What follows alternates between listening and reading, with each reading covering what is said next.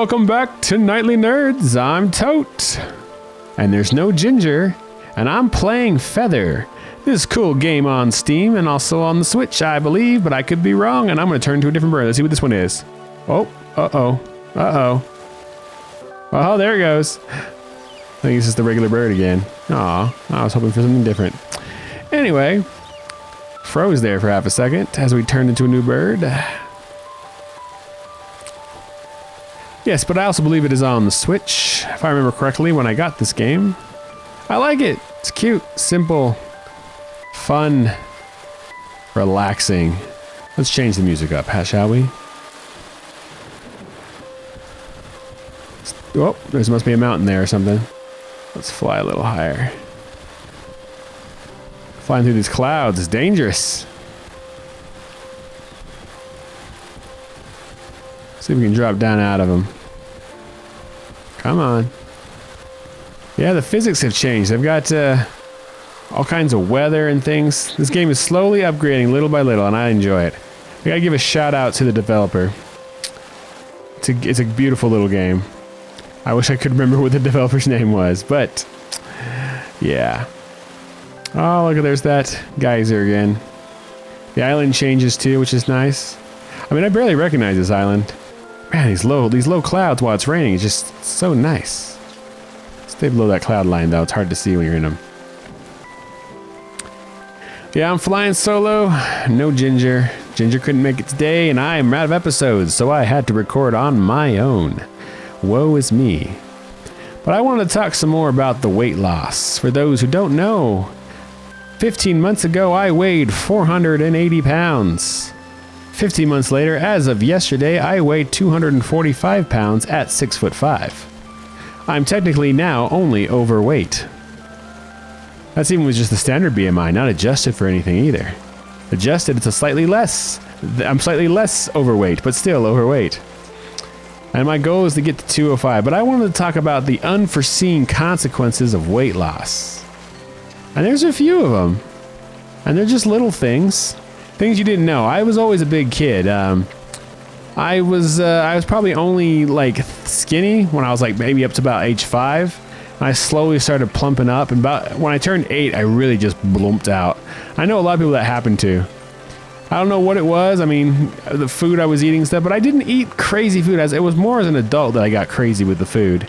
I didn't eat particularly more than other kids, and I was pretty active, but hormones, something, you know, maybe a little bit genetics, and I'm sure not eating exactly the best diet, but not a horrible diet. I just ballooned up slowly. And, you know, by the time I was in 8th grade, I was just, you know, I was another fat kid. I mean, I was always probably one of the plumpier kids in elementary school, but I was like one good summer of just active and good, super healthy eating from being, you know, normal, average sized, or even just thin. But you just don't think that way when you're a kid. You don't understand how it works. So you just kind of accept that, you know, I'm going to be the chubby kid. And then I became the fat kid, and then I became the pretty fat kid, and then I slimmed out because I started getting tall. You know, got up to that 6 foot, you know, broke 6 feet, slowly worked my way to 6'5". I was still a thicker kid, always on the big side, but I did weight training in high school and did ROTC, not a lot of activity with that, but just enough activity. I had to keep my belly in enough so I could fit in a uniform. But, you know, get out of high school and then you're in charge of your own diet. And what do? You go to those comfort foods and things, you know? So I just got bigger and bigger, and I got to that point where I was ridiculously big. But I was always on the big side, so there's these, you know, little things I just didn't know. And like, so I'm going to talk about some of those things. Like, here's one I didn't know. That you can bang your knees together and it hurts. Because you can't do that when you're fat. Your legs are just too thick and you got padding on them. And I have banged my knees and my ankles together a handful of times, like rolling over in bed now. It is horrible. It is a horrible feeling. Another, not necessarily unforeseen consequence, but man, is it horrible, is the loose skin. I've got loose skin. Maybe I'll throw a picture up right now. That's probably if it's the picture I'm thinking of, I might throw up. It's from a few months ago, so it's about 30, 40 pounds ago. But even in it, the skin on my back is a mess. It just hangs down like curtains. You know, if I lay on my side, it feels like someone's pushing me on the back because my skin folds over and touches itself. You know, and then the front, oh, it's like the skin on the front of my body looks like crepes, you know? just super loose, and it's getting a little bit tighter. I'm lucky enough that the skin on my legs stayed pretty tight for the most part. You know, I don't have that skin hanging off the back of my knee like some unfortunate people do, or even over the front of their knee. I've got friends who lost weight and they had all kinds of just crazy loose skin, and I've been lucky because I'm young and I never smoked or anything. So, you know, it stayed, oh, it crashed. It stayed relatively taut considering, but it could be better. And hopefully within a year with autophagy, you know, from fasting and things, it'll tighten on its own and I won't need surgery. But man, does it suck. Because even when you lose the weight, like if I was coming up to 45, I would look vastly different than I am coming down to 45. That loose skin just hangs out. So, you know, I'm a big proponent of compression clothing. And it's good for your blood circulation when you're working out, and it helps tighten that body up. Because man, loose skin sucks. But there are many bonuses. One of the one I get now is I'm 6'5". I have always been, as an adult, I've been 6'5". I've been 6'5" since my junior year of high school, pretty much. And people are amazed at how tall I am these days. They're like, how tall are you? Because when you're fat, you slouch and you got compression on your spine, and people can't stand as close to you, I think is part of it. So you just, you know, because you're much more rotund, you just don't seem as tall as you really are. Then you thin out. You look longer and leaner, and people are just, you're so tall, and I feel taller. I stand up straighter. You know, my shoulders are sticking out broadly, chest forward, because I don't have man bosoms. I have flappy skin bosoms, but I don't have those man bosoms anymore. I have man flappy skin in the front. And it feels nice. And when you're wearing a compression shirt, it's not as bad. It's not as noticeable. But it's fantastic, and you feel so much better. There's little things that are fantastic, you know? Like I discussed earlier in the episode of, I put Christmas decorations up today and I'm not dead. I'm not exhausted, you know? I can put my arms over my head for extended periods of time and my back doesn't go out, you know? And I can bend over and pick things up and my back doesn't go out. I mean, no, my back just doesn't go out like it used to. Because I don't have that extra, you know, I have a friend of mine that when I recently posted how I'm over 235 pounds down, you know, posted a side-by-side photo, he reached out to me, and he's a friend of mine. He's Australian born, lives here in Vegas. He's a model. He did Thunder Down Under. This dude cleans up with that accent and those looks. But anyways, he's a 6'2"-ish, just strapping guy, big muscles and everything, and he weighs about 230. And he just said to me, you know, you've lost me and more. And I realized, well, no wonder my back hurt all the time. I was carrying him around all day with, you know, that's just ridiculous. You can't live that way. So it feels great. You know, my blood pressure is fantastic. When I was 20 years old, the doctor was talking about, I'm 34 by the way, was talking about putting me on high blood pressure medication because I was pre-hypertensive, I think is what he said. At the time, again, this is like 14 years ago, and I remember looking at it, I'm like, you know, I wasn't diabetic, and I honestly, I don't know how I never became diabetic. I know I was pre-diabetic, but by the grace of God, I wasn't diabetic, and I should have been at 480 pounds. And years at over 400 pounds and over 300 pounds. Let's change the music one more time. But, you know, and my blood pressure was always high. It was always elevated whenever I went to the doctor. And that's the one thing we always had to talk about whenever I went to the doctor was my blood pressure and weight loss. And I'm excited. I'm getting ready to make another appointment here soon because I haven't had an appointment and probably since before I started my weight loss journey. So I'm excited for the doctor not to know who the hell I am. And I've taken my own blood pressure. I have a grandmother who is living with my parents now, and I was taking care of her house and stuff, and she has a machine that she wasn't using. It takes your blood pressure, tests it for you. So I just started using it, and because I was at the time, I think I was right around 300. This is coming down from 480. So this is about, you know, roughly 6 months ago. And my blood pressure was fantastic. I checked it over and over again, just constantly checking it and testing it. And that resting heart rate was super low and everything was in the ideal range. And I wasn't even where I needed to be yet, you know, and I've tested it since then and it's where it needs to be. And it just feels so great. I just feel great all the time. I can get up and just go and do things. And that's something I think people don't understand when you're that big. Like people who are big that understand, but people who've never been that big don't understand. You You know, it's like, just get up and go and just do things. You'll lose weight. And it's like, you can't though. You just can't do it. Your joints and your back, and you're constantly in pain from something or other. You find ways to hurt yourself. You just wake up in pain for no reason. And that happens with age too. And so I was getting to that point where I didn't want to be 40 and over 400 pounds. And I've seen the benefits of it, and my friends and family have seen the benefits of it. And many people I know have started to change, and I'm excited for them. My sister, who's always been a big gal, she's lost over 60 pounds. She's working her way down to, she's trying to get to her ideal weight here, and I know she'll do it. She just got to keep it up. And then I do what I can. I talk with her and I give her advice, and we go walking together. She can't walk as far, and she can't hike like I can because she's got a ways to go and she's still building up those muscles, but it is just an amazing thing. And now my brother-in-law's doing it, and he set himself a goal. He's got a couple years to get to 40, and he's got, you know, his ideal weight by 40. So he's got a year and a half roughly to get there. And I know he'll do it because I've seen his progress so far, and it's been amazing. In fact, he got some by proxy through my sister as she started dieting and eating healthier. He just started eating healthy by proxy because he ate whatever she made. And so we got to see it together, and he decided to do it. And I've been proud of him. He's been pushing that intermittent fasting. He knows how to do it, and he's got the willpower. And I'm hoping, and I'm praying for him, and I'm pulling for him. I got another friend of mine who I would always consider a very healthy and on the thin side, but he'd gotten, you know, he put on those pounds. And when you're a big guy, you don't notice, you know, 10 or 15 pounds on a skinnier guy. That's just how they are.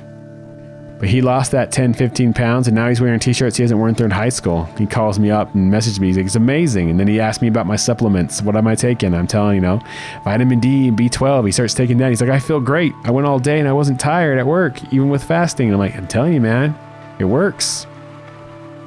Just keep those electrolytes and get a little multivitamin, some extra vitamin B and D in you, and you're good to go.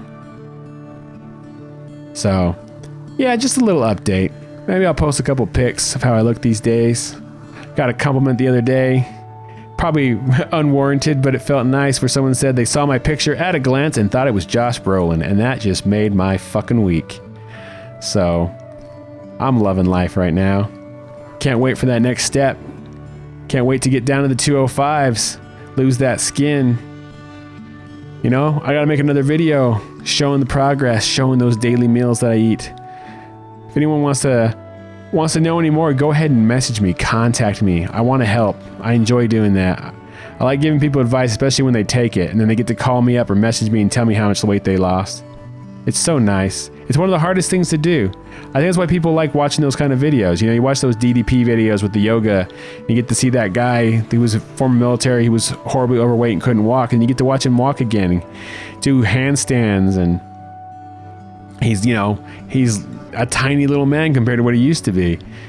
And it's so heartwarming, and it's fun to watch someone, especially when they do it without having to use surgery. And there's nothing wrong with you if you use surgery or have something like that. I mean, I don't know, everyone's different, but it's nice to see it when they just do it through willpower and motivation, getting it done.